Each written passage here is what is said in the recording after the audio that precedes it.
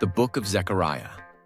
Visions, prophecies, and flying scrolls. Yep, flying scrolls. Welcome to the Book of Zechariah, where visions are wild, the prophecies are epic, and yes, there's even a flying scroll.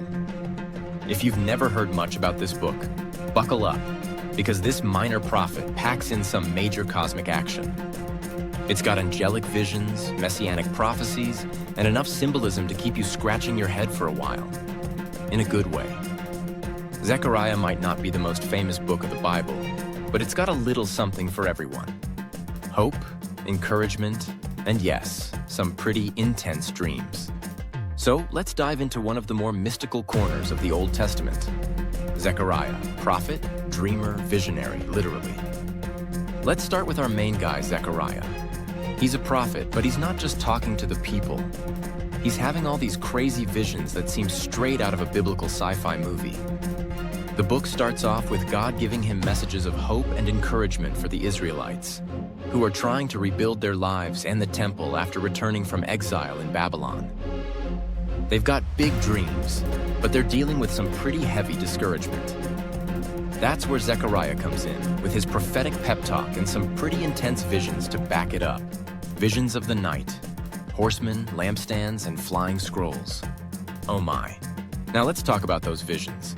Because if there's one thing Zechariah is known for, it's the wild visuals. First off, we've got the 4 horsemen.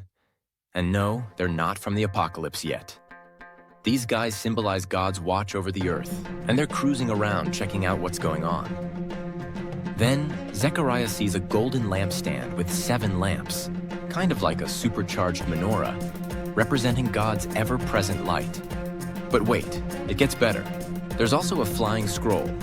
Yes, scrolls can fly in Zechariah's world. This scroll represents judgment on those who steal and lie. Picture a giant ancient scroll zooming around, zapping out punishment. Yeah, that's in the Bible. If you're thinking this sounds like something out of a dream after a late-night snack, you're not wrong. These visions are vivid, symbolic, and full of meaning. The crowning of Joshua, a Messiah preview.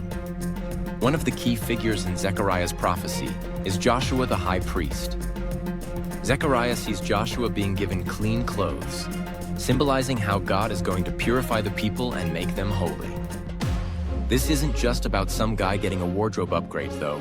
It's a symbol of restoration and redemption. And it's a pretty clear foreshadowing of the coming Messiah, who's going to take on the role of both king and priest. Zechariah's prophecies don't stop there. He also talks about a branch, a mysterious figure who will bring salvation. Spoiler alert, this is a big-time messianic prophecy pointing forward to Jesus. So even though Zechariah is living in a time of temple rebuilding and political uncertainty, his eyes are fixed on the future and on God's plan to send a savior. Encouragement for the rebuilders? It's not by might. One of the best-known parts of Zechariah comes in chapter 4, where God tells the people, "Not by might, nor by power, but by my Spirit." In other words, rebuilding the temple and restoring their nation isn't going to happen just because they've got big muscles or fancy strategies. It's going to happen because God is at work. This is one of those verses that you can slap on a coffee mug and instantly feel encouraged. The Israelites were feeling overwhelmed by the task ahead of them, and this message was a reminder that they weren't doing it alone. It's a timeless message for anyone facing a daunting challenge. It's not about how strong or smart we are. It's about letting God's Spirit lead the way. The prophecies, a coming king and a humble donkey. In Zechariah 9, we get one of the most famous messianic prophecies in the Old Testament. Zechariah foretells that the future king, yep, we're talking about Jesus here, will come into Jerusalem, not on a mighty war horse, but on a humble donkey.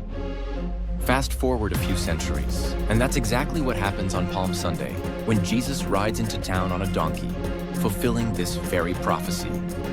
Zechariah's vision of the coming Messiah is one of peace and humility, which would have been a pretty big shock to people expecting a conquering warrior king. But that's the beauty of Zechariah's prophecy.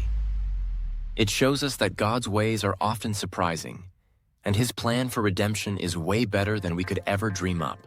So in conclusion, lessons from Zechariah. The book of Zechariah might be filled with strange visions and cryptic symbols, but its message is one of hope, restoration, and future redemption. Whether it's through flying scrolls or prophecies of a humble king, Zechariah reminds us that God is always at work, even in the most overwhelming situations. His visions point us toward a future where God's kingdom is fully established. And through it all, we're reminded that it's not by our strength, but by God's Spirit that His plans are accomplished.